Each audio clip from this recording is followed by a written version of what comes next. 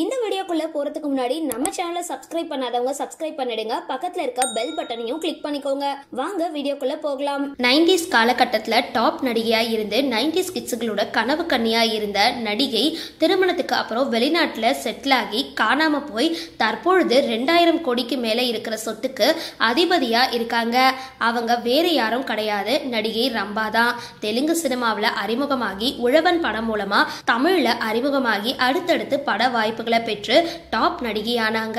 முன்னணி நடிகர்கள் கூட நடிச்சு பிரபலமான ரம்பா 2010 கன்னட வாழ் இலங்கை தமிழரும் தொழிலதிபருமான இந்திரகுமார் பத்மநாபன் அப்படின்றவரை திருமணம் செஞ்சு வெளிநாட்டுல செட்டில் ஆகிட்டாங்க.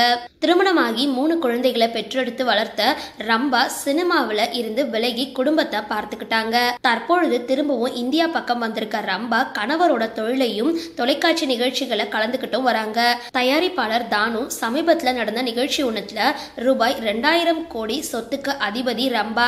அவங்களோட கணவர் பெரிய பிசினஸ்மேன். அவர் என்கிட்ட வந்து ஏன் ரம்பாவுக்கு திரும்பவும் வாய்ப்பு தரணும் அப்படின்னு கேட்டிருந்தாரு.